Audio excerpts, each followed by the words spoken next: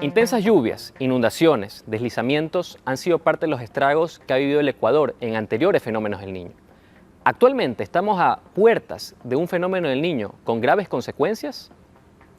A partir de esta semana, Diario El Universo presenta a una serie de especialistas que compartirán sus visiones, perspectivas y datos sobre la evolución del fenómeno del Niño. Hoy nos encontramos justamente con el doctor Franklin Ormaza. Él es oceanógrafo y profesor universitario, investigador de la Escuela Superior Politécnica del Litoral. En esta ocasión, el doctor nos acompaña como parte de las entrevistas a especialistas que hacemos como preparación al fenómeno del Niño. Doctor, gracias por asistir acá a este encuentro. Un gusto. Muchas gracias a usted. En los últimos meses, ¿cuál es la situación que se evidencia a nivel de la superficie del mar? ¿Qué contribuiría a la posible llegada del fenómeno del Niño? ¿Qué está pasando en este momento? El mar se está calentando. Se ha estado calentando desde el mes de abril. ¿Ya? Y las condiciones meteorológicas han estado acompañando a este calentamiento. ¿A qué me refiero? Que el fenómeno del Niño depende de dos variables, la oceanográfica y la meteorológica. Y las dos variables deben estar acopladas. Se acoplaron perfecto en el mes de abril, mayo, junio. En junio se desacopló la variable meteorológica. Cuando la variable meteorológica se desacopla, el Niño no tiene, digamos, alimento de energía. Probablemente hoy día o la semana que viene declaren que el fenómeno del Niño está totalmente desarrollado. O sea, que va a haber el fenómeno del Niño, va a ocurrir. Uno de los factores es la temperatura de la superficie del mar. Así es. Actualmente, en este año, ¿qué temperaturas se están manejando y cuáles son las que por lo regularmente se ven en un año común y corriente? Le dije que allá a 8.000 kilómetros, donde se desarrolla el Niño, ahí la temperatura está alrededor, en este momento, 28 grados. Debe estar en 27. O sea, está más de 1 grado por encima de lo normal. Acá en Ecuador, en nuestras aguas, desde el mes de marzo, las aguas han estado por encima de lo que es lo normal. Esa diferencia entre la temperatura actual y el promedio se llama anomalía. La gente escucha mucho anomalía. Ok, en marzo la anomalía era 2, 1. En abril se incrementó, en mayo se incrementó. Actualmente la temperatura nuestra está alrededor de 27 a 26 grados. Lo normal que debería ser, en el sur debería ser ahorita 21, 22 grados. En este momento. Y en el norte debería estar alrededor de 24. Entonces, la diferencia entre lo que debería ser y lo que está ahorita es alrededor de 3 grados centígrados. La semana pasada yo medí en la puntilla, medí 25.2 la temperatura, cuando debe estar realmente en 22 grados. O sea, ahí había una diferencia de 3.2 grados centígrados. Esa la medí yo mismo en mi estación de que tengo como en Santa Elena.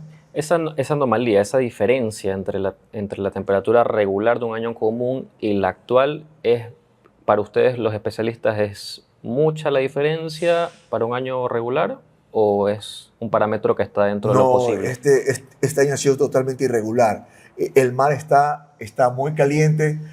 Repito, son 3 grados. 3 grados es mucha energía que está ahí. O sea, porque la temperatura mide la energía. Entonces, ahí hay mucha energía. ¿Esa energía qué produce? Produce dos cosas. Produce primero el incremento del nivel del mar. En este momento, que ya ha bajado un poco, el incremento del nivel del mar está alrededor de 15 centímetros por encima de lo normal, ¿no? Y como dije, la temperatura alrededor de 3. ¿Qué pasa con esto?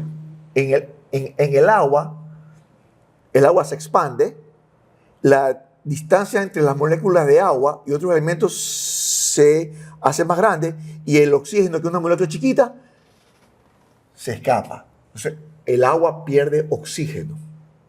¿Y eso qué genera? Obviamente, puede generar ausencia de oxígeno, que es lo que requiere para respirar. O sea, no es que se acaba el oxígeno en el agua, pero el oxígeno es tan vital que ligera diferencia de concentración de oxígeno, ya sea la disminución, impacta a la fauna marina que está en la superficie del agua. Ok, eso ahí más adelante quiero preguntarle. En la envergadura que tendría este fenómeno del Niño, se relacionaría un poco, se podría comparar con otros que hemos tenido en la década de los 80, en el 97. Se podría hacer una comparación de que si este fenómeno en curso podría ser algo parecido a eso. Puede ser un poquito complicado decirlo, pero veamos. Donde a 8.000 kilómetros, el consenso es moderado, llegando en momentos al umbral de fuerte. Ese es el consenso ahorita. Está generalizado más o menos. Moderado, repito, llegando en ciertos momentos a fuerte, pero muy corto tiempo. Eso es allá. ¿Qué ocurre acá? Es otra historia. Porque ¿qué va a pasar? Que la energía que está ahorita, ya presente en este momento, con la energía que puede venir, digo puede venir porque puede que no venga, puede venir del oeste para acá, se va a acumular y vamos a tener temperaturas que yo pienso fácil van a superar los 29 grados. Fácil. Segurísimo que llega a 29 grados. Ahora, ¿qué significa 29 grados? 29 grados significa evaporación. A los 29 grados, usted va a poder ver a la distancia cómo que el vapor sube. Usted ve unas nubes casi verticales. Son como unas columnas. Eso va a producir. O sea, va a haber mucha evaporación. ¿Y eso qué pasa?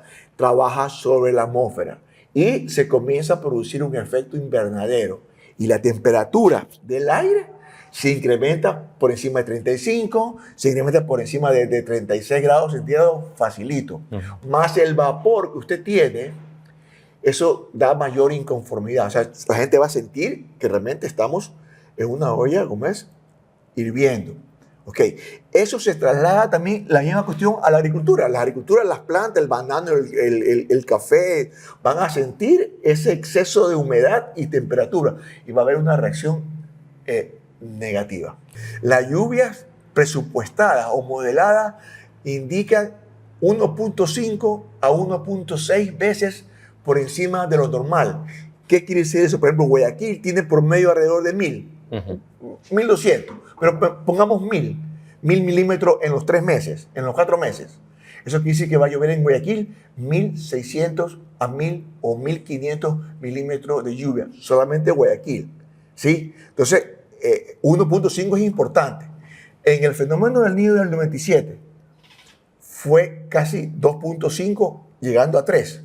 Y en el fenómeno del Niño del 82-83 fue un poquito menos que eso. Pero también fue, o sea, fue por encima de 2. Ahora se está presupuestando entre 1.5 a 1.6, que creo que está manejable desde el punto de vista de riesgo y Sería mucho menor que el del 97. Creemos que sí, esa es la proyección. Pero eso no lo vamos a ver hasta cuando estemos cerca realmente, ¿no? En el plano de las actividades de pesca y producción en el mar, ¿qué repercusiones habrían a partir de la ocurrencia del fenómeno del Niño? Bien, los peces tienen una capacidad increíble de resiliencia. Pueden estar de 19 a 24, 25 grados y no ocurre nada, siempre y cuando estén otros parámetros satisfechos. ¿Cuál es? Oxígeno y comida. ¿Ya? ¿Qué ocurre durante este evento? La temperatura sube por encima de 28, ya dijimos que es 29. Encima de 28, el escape de oxígeno es mayor. O sea, hay una disminución importante de oxígeno. 1. 2. No hay comida. ¿Por qué no hay comida? Porque no hay fotosíntesis. ¿Por qué no hay fotosíntesis? Porque no hay nutrientes. Las aguas que nos van a llegar son pobres en nutrientes. Las aguas de la Bahía de Panamá, las aguas del oeste son pobres de nutrientes. Entonces no va a haber nutrientes, no hay fotosíntesis. Si no hay fotosíntesis, no hay comida. Y encima hay menos oxígeno, los peces se disparan a otros lugares a buscar. Pero ojo, no son todas las especies, Andrés. Eso quería consultarle. No de son repente todas las especies. va a haber unas que sí aparezcan en mayor cantidad y otras que sí se moverían hacia otros lugares. Claro, por ejemplo, nuestra pesca estrella, el atún va a ser directamente afectado, porque el atún nada en la superficie, que es donde se produce el calentamiento. Ojo, que el calentamiento es solamente en la superficie, debajo de la superficie ya es casi normal. Entonces, ese atún va a buscar otras áreas y a esas áreas a lo mejor no llega el pescador. O sea, la pesca disminuye. Hay otras especies que pueden ser favorecidas, como el dorado. El dorado gusta o le es beneficioso temperaturas relativamente altas, un poquito más altas que la del atún. La pesca de fondo, el camarón, por ejemplo. El camarón va a ser muy afectado positivamente, me refiero. Vamos a tener pesca de camarón importante. La pesca que se llama bentónica o demersal, que está muy cerca del fondo, va a ser beneficiada. Ya. Entonces, como es, va a haber especies definitivamente que van a ser beneficiadas y otras que no. Ahora bien, ¿qué debe hacer aquí el pescador? Es cambiar el arte de pesca, cambiar la pesca objetivo. Pero para eso probablemente requiera recursos, porque cambiar el arte de pesca no es cosa más de hacerlo. Claro. Ni aún los industriales no pueden cambiar, por ejemplo, un barco tunero no puede cambiar el arte de pesca de noche a la mañana. A nivel de prevención y mitigación, ¿qué considera que se podría tomar en cuenta en los poblados costeros y también a nivel de las actividades productivas relacionadas con el mar? Ya, mire, en la costa nosotros los costeños debemos entender que la costa es un área frágil, ¿sí? Que no la podemos abusar. Actualmente hay muchas construcciones que están en lugares que no deberían estar, ¿sí? Está muy cerca de la costa. En enero comienzan a llegar los famosos nortes, que son olas que vienen del norte, que vienen todos los años, normalito. Pero como el agua está más caliente, el agua está más elevada. Entonces, el impacto, si el año pasado, ¿se acuerda usted? Este año, en enero, hubieron nortes en el mes de enero, que impactó. Bueno, los primeros afectados serán las infraestructuras que están mal puestas en la costa. Va a haber mucha erosión, que es algo que a veces no se cuenta, ¿no, niños? La costa va a ser muy erosionada, ¿sí? Y esto va a producir daños importantes, sobre todo, le repito, a infraestructura que está muy cerca o mal ubicada en la costa. Entonces, como es eso por un lado. Entonces, ¿qué deben hacer ahí? Bueno, comenzar a retirarse, comenzar a tomar las medidas del caso. Este invierno, Diosito es grande con nosotros, este invierno nos recordó qué parte de Guayaquil se inunda y qué parte no se inunda. Ya no debería haber problemas en todo momento. Ya la alcaldía debe saber qué parte se va a inundar y qué parte no se va a inundar. Ya sabemos qué huecos tenemos en la casa. Hemos curado el techo. Hemos impermeabilizado las paredes, hemos comprado un mosquitero. O sea, no todo puede ser a cargo de las autoridades, que deben de responder, pero también es mucho de nosotros. O sea, la resiliencia no es solamente un problema del Estado, de la autoridad, es un problema también de la comunidad. Y a nivel de actividades productivas en el mar, ¿qué se puede hacer ahí con los sectores que entrarían a tener un problema, ¿no? Como por ejemplo el sector atunero u otros ahí que tienen relaciones con el mar? Sí, yo creo que las plantas de procesamiento de pescado pueden ser afectadas y eso es mantenimiento. O sea, tendrá que ser un mantenimiento bastante importante todas las plantas procesadoras de pescado, de atún, de harina de pescado, etc. Las embarcaciones para la pesca ya es otro cuento. Ahí ya no es cuestión solamente de querer hacer o no. Ahí se requiere recursos. Y ahí sí el Estado o la banca debe proveer los préstamos. ¿Cuál es el sector más afectado? Obviamente el sector artesanal. Lo que se requiere ahora es ya que el gobierno ponga ya a disposición préstamos para el sector pesquero, sobre todo artesanal, sin descuidar al industrial, ¿ah? Pero ya, o sea, no vamos a esperar como es noviembre y diciembre.